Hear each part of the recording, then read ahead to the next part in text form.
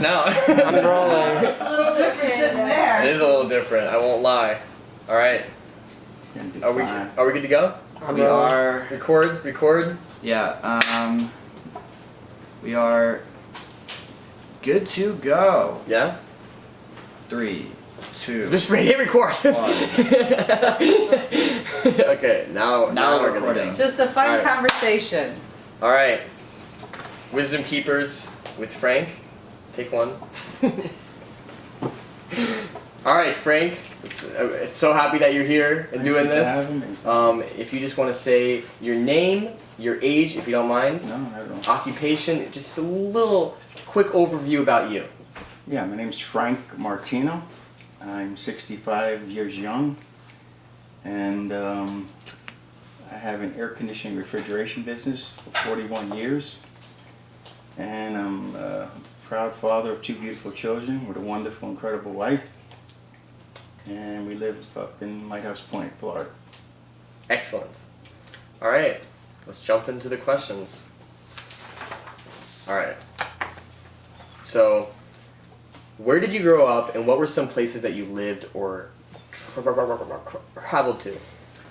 I was born and raised in Brooklyn, New York, and I was once a ski junkie, so I've traveled extensively snow skiing, pretty much overseas, and I've probably hit almost every resort in the United States. Wow. Ski resort, so that was a blessing. Cool. Were you ever like a pro? No, but I skied with guys that were, so it made me try to keep up with them. That's cool. Yeah, they used to call me Crash. Nice. I paid my dues to keep up with them, that's for sure.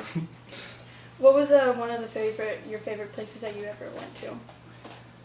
Probably on a ski trip, it was Bariloche, Argentina. Oh wow. And unbelievable, beautiful. It's just very similar to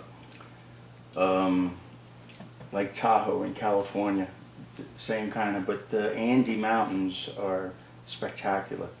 They're more jagged, so not like the Rockies or any other mountain ranges. They're so majestic, and I just was in awe of the beauty there, and the big lake and the crystal clear water, and the people were nice, and that was a big memory for me. Nice. Alright, so how many years have you been married, and what would you say is a secret to your marriage and how it's been so successful? Well, that's an easy one, now that I definitely know what it is.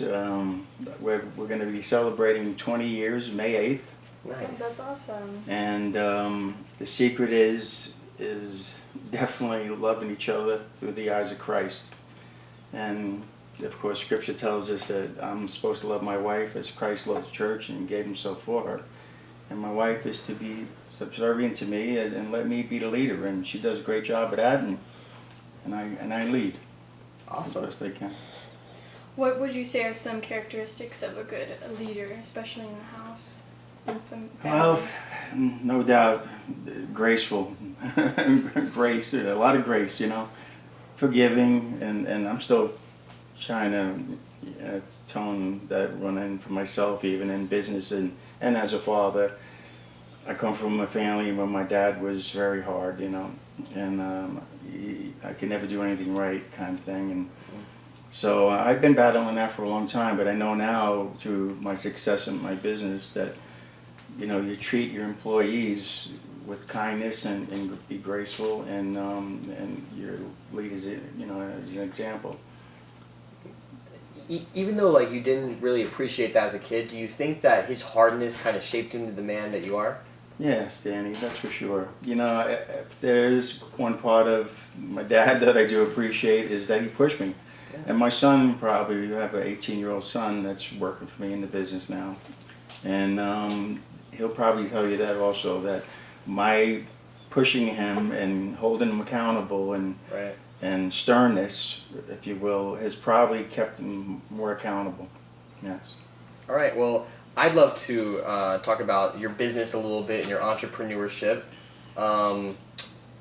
So you've been doing this for 41 years. 41 years, wow. And you've owned the business that whole time? Yes. Wow. So Do you have any advice for young entrepreneurs, or maybe even somebody that has had this normal 9 to 5 job that wants to become an entrepreneur? Yes, yes, definitely is perseverance, and sticking with your game plan. Like you got to formulate a game plan of what career you want. I have to say first, the most important thing that I have to give advice about what you want to do for your life and what kind of job you want to pursue is that it's got to come from the heart. I was originally trained and educated to be a teacher. And back in 75, 76, when Carter was in office, President Carter, he cut the budgets, and because of that, there was no hope of me getting a job. They were firing teachers that were already in the profession. So I knew that there was no chance of getting a job, so it pushed me out of that profession, and I came to Florida, and I learned, I had an uncle that had one of the biggest ice machine leasing companies in South Florida. And I went to work for him as just a helper and just learned, and I started looking at the mechanics of ice machines. I was always very mechanical minded, and ice machines are intriguing how they have, every ice machine manufacturer has to have a patented way of making ice. So they're all different. Not that there are that many, there's only like 5 major ice machine companies. Manufacturers, and so when I saw how ice is being made, I was intrigued by it, and then I couldn't get enough of it, and I have to tell you, for 41 years I really do still love my trade. There's a lot of it I don't like, but Right. the technical part, and I'm sure, especially here, it brings your customers a lot of joy, and I'm sure that brings you a lot of joy to bring them joy and Absolutely. cool them down. yeah, yes, exactly. Cool. All right. So, what would you say? Let's go a little bit back in your history. When you went to school, what did you pursue whenever you went to school? Because I know that's a big topic for me right now. Yeah, choosing well, that. no one in my family has ever gone to college. So my dad was pretty persistent on, my father was an immigrant. He was born and raised in Italy and came to this country, and he wanted so badly for me to be a college graduate, and when I quit because of the hope of getting the job, he didn't speak to me for like 3 years. Oh my goodness. And so, I'm sorry, what was the question again? The point I wanted to make was, It's like what why'd you go into college, or yeah, to be Yeah. a teacher. or like what made you Well, go into you that? know what? In hindsight now, when I pursued education, to be in education, that it was for ulterior motives. Is that I thought being paid for a summer vacation was pretty good, and that's what drove me into teaching. To be honest, I was a gymnast in high school and college, and I loved gymnastics, and that's kind of what also brought me into that profession. And when they put me into teaching classes in basketball and other team sports, I didn't really like it, because I liked to play tennis at that time, and I liked gymnastics was really what I really liked, and that's more of an individual sport. So when they started putting me in teaching classes, teaching team sports, I started thinking, I really want to do this.